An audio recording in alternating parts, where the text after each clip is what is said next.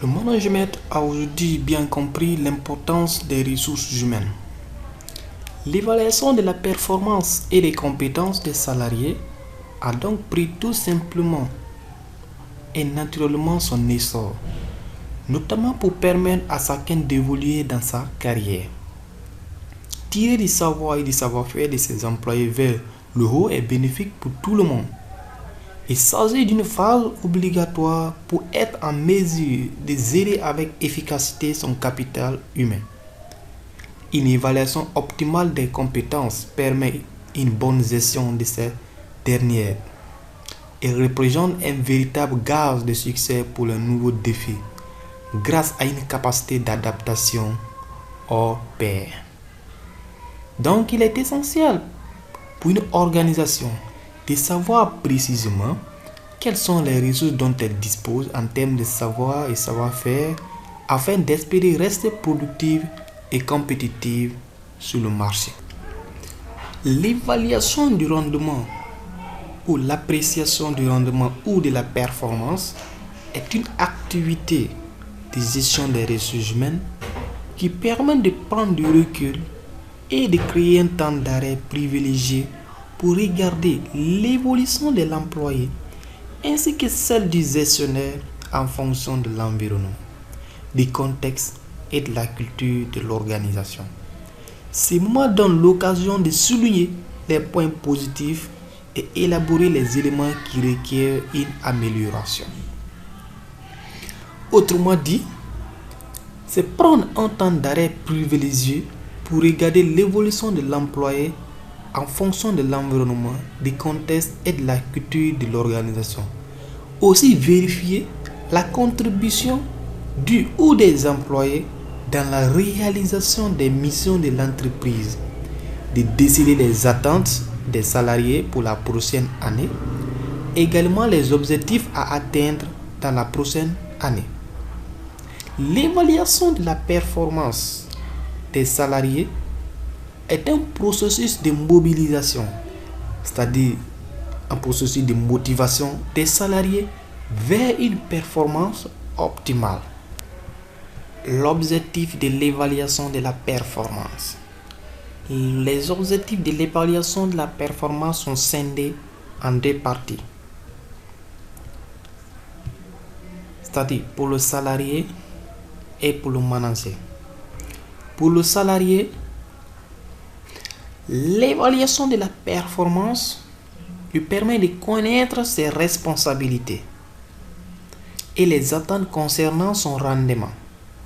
Savoir exactement sur quels critères et selon quelles normes il sera apprécié. Connaître les objectifs à atteindre. Discuter des possibilités de progression. Préciser le soutien dont il a besoin. Aider à s'informer sur son rendement de travail, ses forces et ses faiblesses. Pour le salarié, l'évaluation est le moment pour faire un bilan de l'année et obtenir des résultats, des objectifs pour l'année à venir. Il favorise également les échanges pour le salarié qui fait part de ses requêtes et de ses besoins de formation à son manager ou à son superviseur. Pour le manager, l'évaluation de la performance a pour objectif de clarifier certains sujets, les changements à venir par exemple, valoriser l'individu dans l'exécution de son travail et dans ses relations interpersonnelles, fixer avec l'employé les objectifs à atteindre pour la prochaine période d'évaluation, connaître les attentes des employés envers l'organisation, évaluer les besoins de formation et de développement de l'employé, développer une relation d'échange avec l'employé. L'évaluation est le moment pour évaluer la performance des salariés. C'est l'occasion privilégiée d'être à l'écoute de ses collaborateurs. Elle sert également à booster, à augmenter l'engagement des collaborateurs et à consolider leur adhésion au projet de l'entreprise.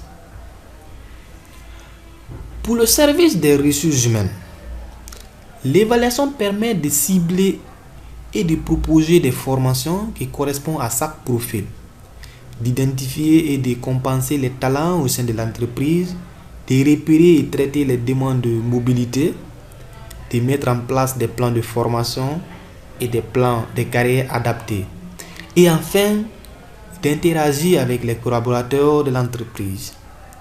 Donc retenez que l'évaluation a pour objectif de responsabiliser l'encadrement, améliorer la gestion du personnel, améliorer la communication, favoriser le dialogue, anticiper les formations, les mobilités et définir les objectifs à atteindre. Que doit-on évaluer?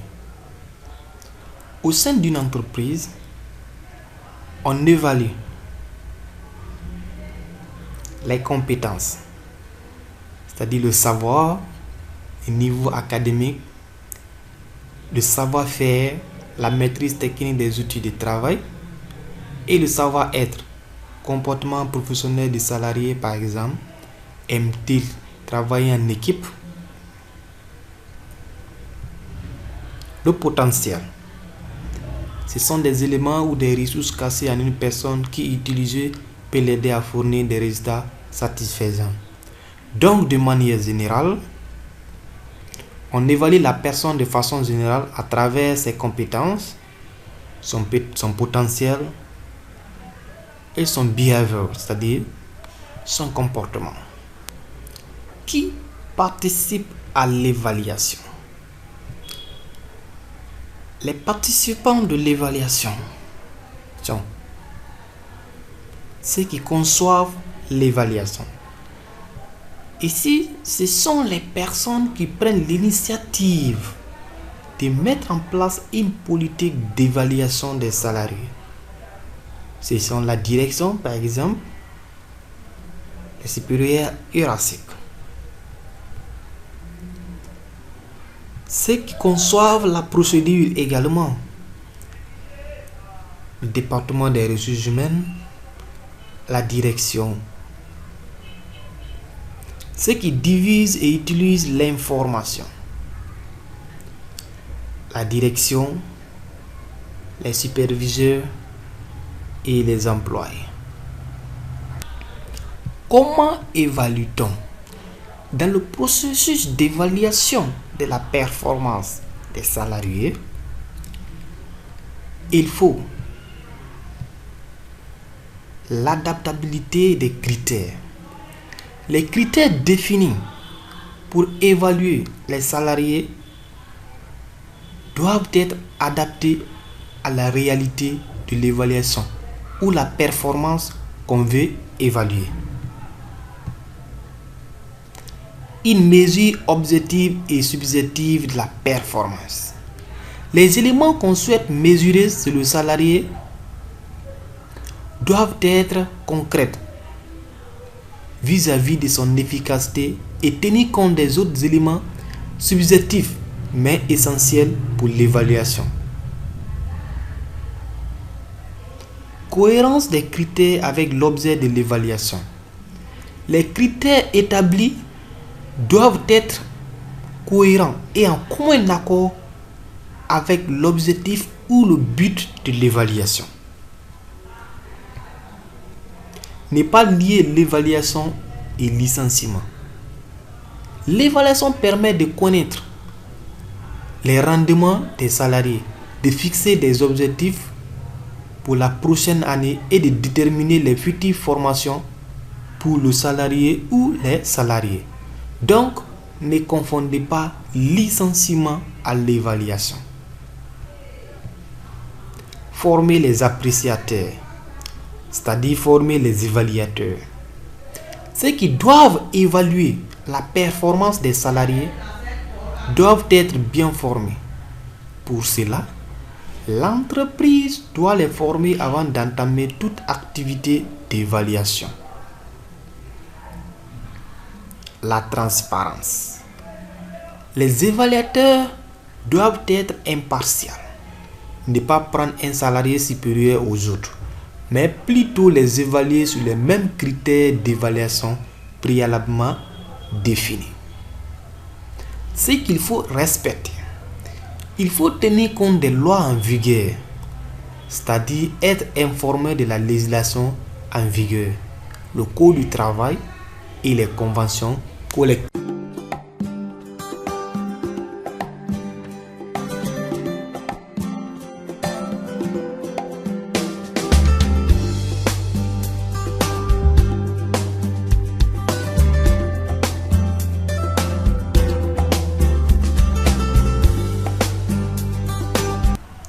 Difficulté de l'évaluation de la performance. Dans le processus de l'évaluation de la performance ou du rendement des salariés, on rencontre des difficultés au niveau de l'objectivité. Ici, l'évaluation doit porter sur des éléments concrets.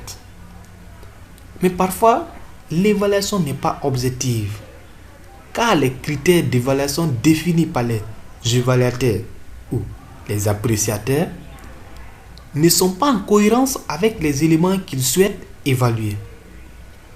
Donc les salariés, les évalués, en prennent mal et le fait qu'on ne les a pas bien évalués. Un autre problème le plus couramment rencontré, c'est le manque de formation. Les évaluateurs sont parfois mal formés, ce qui cause des soucis dans l'évaluation. Absence d'enjeu. Parfois, certaines entreprises évaluent leur personnel sans pourtant savoir où aller. Cependant, il est intéressant d'avoir une vision afin d'entamer ou d'évaluer son personnel. Les types d'évaluation. Le premier type d'évaluation, c'est l'évaluation selon les critères. Ici, on évalue selon les critères, à savoir les compétences, savoir-faire et savoir-être. Dans l'évaluation des compétences, qui est un critère, on définit toujours un référentiel de compétences qu'on se servira pour évaluer les salariés. Selon la performance, sa capacité à atteindre les objectifs fixés, dans l'évaluation de la performance, on définit les objectifs à atteindre, les indicateurs de mesure de la performance, les KPI, Key Performance Indicators, et si l'objectif est atteint, on récompense. Le deuxième type d'évaluation, c'est l'évaluation à 360 degrés. L'évaluation à 360 degrés consiste à obtenir de l'information relative au rendement de l'employé auprès d'un plus grand nombre possible de personnes concernées, qui se veut un processus global et ambitieux au cours duquel tous les collègues, clients et partenaires de travail de l'évaluer apportent un feedback, à savoir les fournisseurs. Les fournisseurs font un feedback sur l'évalué en décrivant les relations qu'ils entretiennent. Les superviseurs, les clients, tous les clients qui entretiennent une relation avec l'évalué apportent aussi leurs commentaires. Les subordonnés permettent d'obtenir la perception qu'ils ont de leurs supérieurs et de la façon de les superviser. Et le troisième type d'évaluation, c'est l'auto-évaluation. L'auto-évaluation est utile. Lorsque l'employé est évalué en termes d'objectifs, elle permet à l'employé de s'engager davantage à atteindre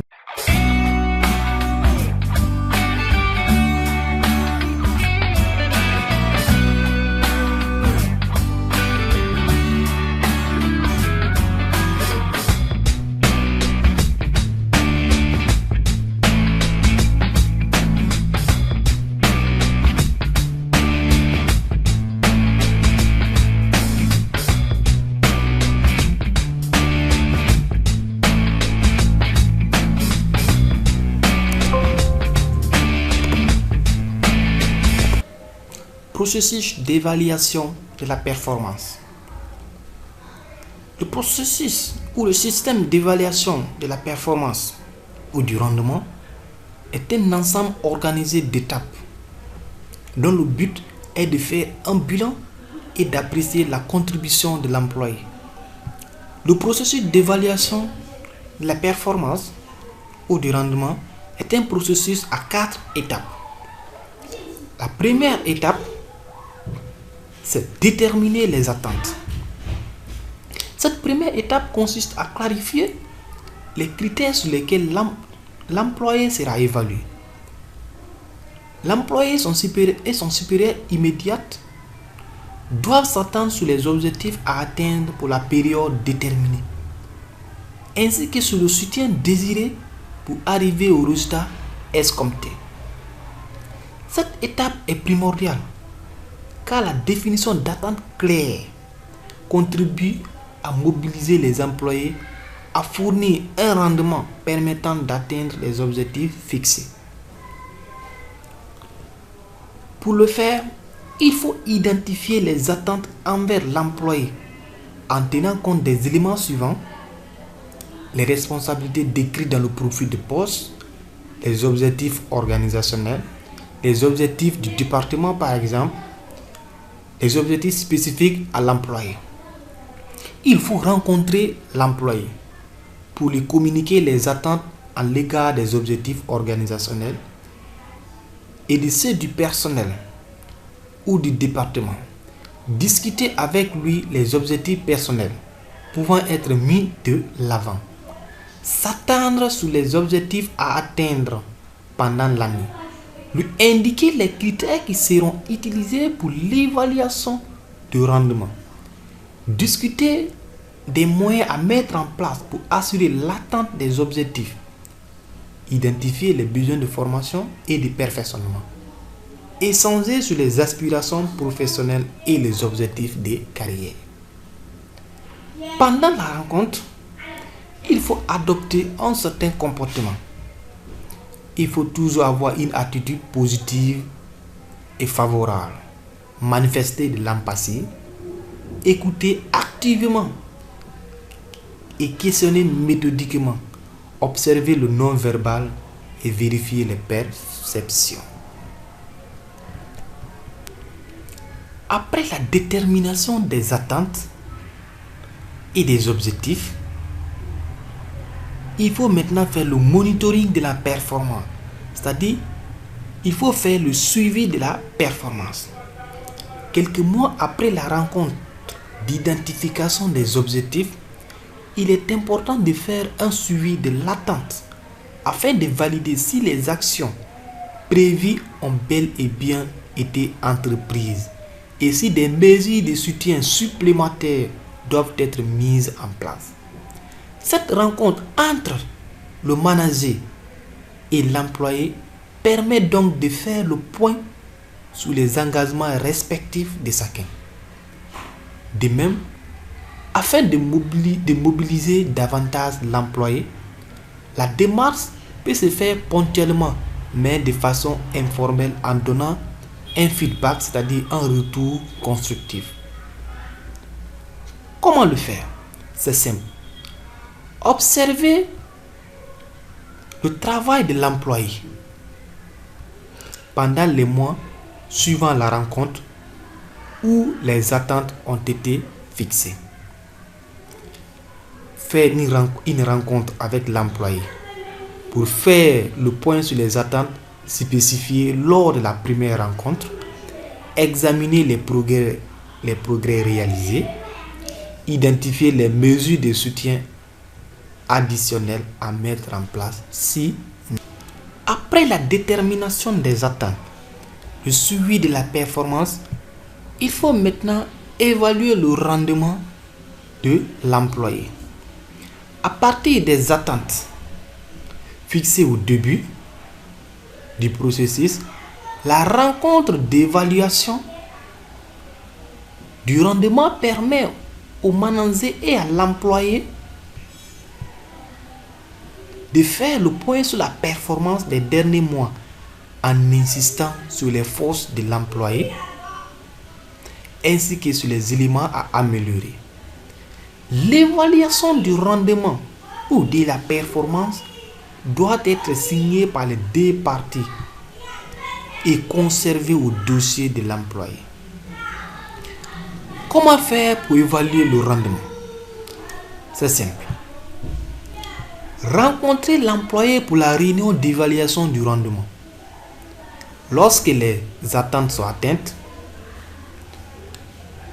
reconnaître la performance de cette façon. Il faut octroyer des bonus, des lettres de félicitations, des mots d'encouragement, des félicitations. Lorsque les attentes ne sont pas atteintes, il faut prendre des mesures correctes.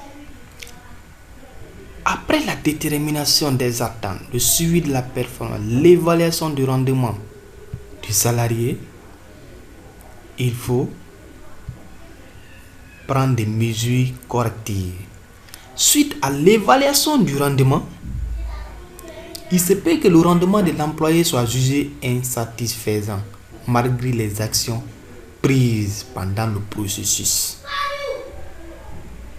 Selon la nature et l'importance du problème, différentes actions administratives ou des mesures disciplinaires peuvent être prises pour améliorer la situation.